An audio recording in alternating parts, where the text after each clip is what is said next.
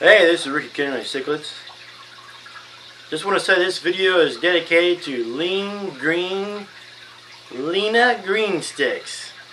Just remember the key to success is getting sleep. Sleep allows you to dream and dreams come true. Alright, so what is this video about? We're going to introduce Mr. Freeze. Mr. Freeze is going to be in this video. And it's going to also introduce you to the split screen to this channel. So look over to your left and you'll check out the aquarium that Mr. Freeze is in.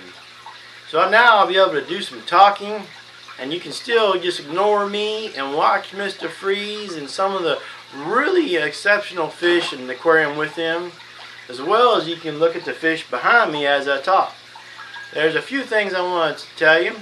Both the aquariums that you see going on both sides of the screen has been using a matte filter for over a year. They've not been cleaned. No water changes have been done in these aquariums for 5 months now. They both use algae scrubbers, a DIY algae scrubber, so check that video out if you're interested in that sort of thing. I recently changed the lighting up here. I use a very cheap lighting fixture you can see up here. Only about $7. Now that one has got a different Kessel there. I haven't moved it yet, but it still uses the cheap lighting fixture. And I've got where I can change out the bulbs, and the bulbs aren't that expensive. So I got this to be a lot more brighter, so it show off the Dragon Blood cichlids, and I'm going to give you a close-up of those. While you also look at Mr. Freeze, and then we'll give you a big close-up of Mr. Freeze. Alright, we're going to the big screen on the Mr. Freeze aquarium. Right here is Mr. Freeze. Now he is the boss in this aquarium, and he'll swing back around. It's going to be kind of hard to stay on Mr. Freeze, but he'll come back around. He's the boss in this aquarium. There's some really nice looking fish in this aquarium, and he is the boss. And there he is right there. Let's see if we can get some good shots of Mr. Freeze there. Looking good. And anything that competes with him will be pulled from this aquarium. Right now he's the boss. There's no problems.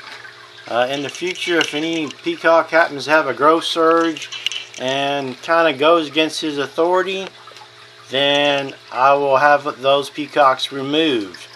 Right now he's the main peacock in there, so when I had him growing out in the Fratosa aquarium and getting the big size, that allowed him to be the boss in this aquarium. And Mr. Freeze was chosen by a few names that I picked out. There was a few subscribers that chose Mr. Freeze, and I also had a co-worker, Dylan, who chose Mr. Freeze to be his name. There he is, Mr. Freeze. Mr. Freeze is one cool fish. Now all the other fish you see in here, I really have not reached their full color potential. They're all, mostly the blue ones are offspring of IceBreaker. Mr. Freeze is also an offspring of IceBreaker.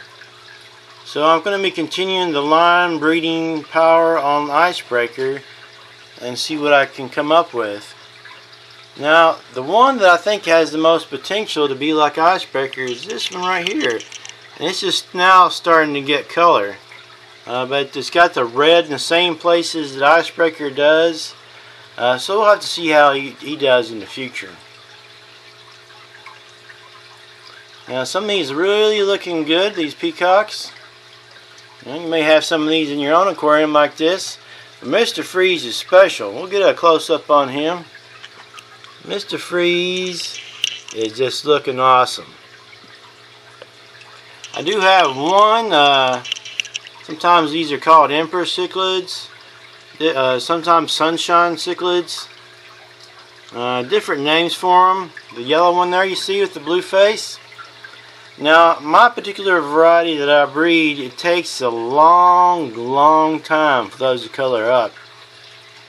So there for a while I just kind of gave up on breeding those, but now I'm kind of more focused on the peacocks. I will be having some breeding action going to those, In the future, I'll have an aquarium full of those fish.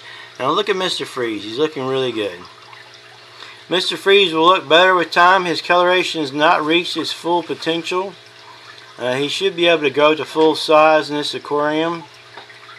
It is just a 75-gallon aquarium, but if set up correctly, the right flow and the right filtration system, you can have from 50 to 75 full-size peacocks grow to full size and not really kill each other off. Now there is a lot of males in here, but there are some females, and I will be adding more fish to this aquarium. Make it more exciting. Plus, I'd like to get some, some breeding action going in here in the future. You can see that sunshine peacock there. And look at this OB peacock. It's not too bad itself. It's got a lot of pink coloration in it. So this is going to be like a show aquarium. In the future, like I say, all these fish in here are going to develop even more and more in-depth coloration. Let's do a little bit of a side step out here after we get Mr. Freeze in the view here again. And oh, look at him. I was about to switch it to another view, but he just really showed his stuff there. He's back here in the cave. Here he comes out. So Mr. Freeze is going to be one of my main fish for a while. I do have some other main fish that I wanted to show you. I was going to put it in this aquarium, but I didn't want them to compete with Mr. Freeze. Because Mr. Freeze is the boss, and the other fish that I have that I'm going to show you in a future video are big enough where they could compete with him, and I didn't want him not to be the boss. So the big fish I want to show you in a future video, his name is the bullet-head peacock. The bullet-head peacock. He is one amazing fish. So let's switch back to the dragon bloods for just a moment. And I want to touch base on something that a subscriber talked about and had some questions on as far as the mat infiltration. Before I go to the subscriber question, I want to get some focus on some of the really stunners in the dragon blood aquarium. This is a 125. It has all dragon bloods except for a couple of Synodontis. You've been watching the Synodontis over on the split screen. It also has stage 1 of the Dragonite Peacock. Some of these stunners are really coming about. They're growing. You got white lips on these guys. They're looking just really tremendous. Now you see all these really great fish from like fish farms and stuff.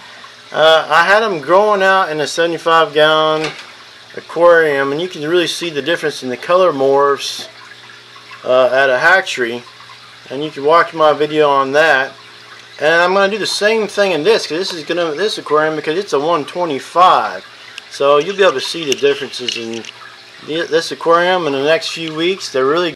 So the question I got from a subscriber was, hey, what do you use for your jet lifters for your mat infiltration system? So basically I take this sponge filter, which it only cost me $2 to $3 from eBay. These are made for beta aquariums, and I just use them for parts. Why spend $5 to $6 on parts when I can spend $2 or $3 and have all these different parts? So what I do, I take the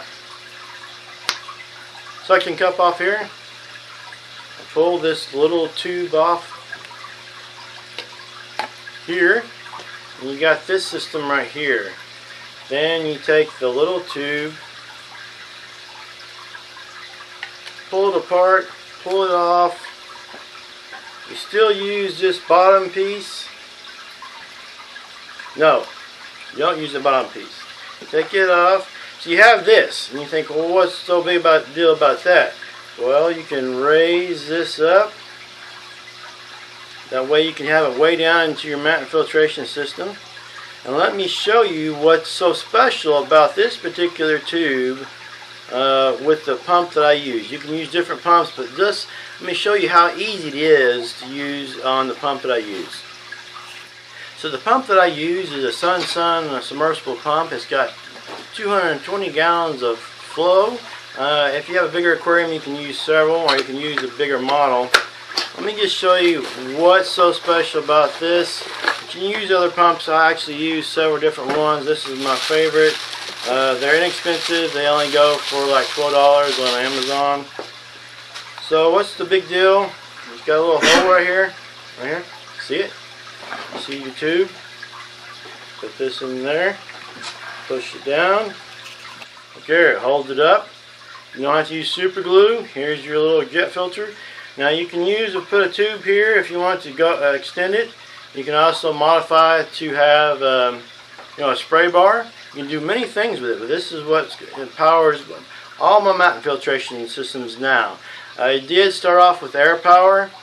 A lot of people, subscribers, and myself decided the noise level was not what I really wanted. Since these only went for $12, and I can get these parts right here very inexpensively, and I went with these for the mountain filtration system. So that answers the subscriber question. And now is the time for some shout outs. So we got happy birthday to Elizabeth. Happy birthday, Elizabeth. We've got Austin. And Austin is not in Texas this week. He is in Myrtle Beach. Hopefully he's having a great time. If it rains, maybe he'll watch this video. And then we got Tori. Tori's nickname is Tori B. Tori is an exceptional hard worker, and she hasn't watched any of my videos, so I said I'll do a shout out. She said if I did a shout out, she'd watch my video, so that's worth it just to do a shout out for her to watch my videos, because I work with her all the time. And then we got Keegan. Keegan's a big supporter. He's a subscriber. And then we got Jonathan. Jonathan is a subscriber and a supporter. So I appreciate all of my supporters at the workplace. It's really cool to have supporters at your workplace for your YouTube channel. Now I'm going to end this video with a little bit more views of the Dragon Blood Aquarium, because everybody needs more Dragon Blood power.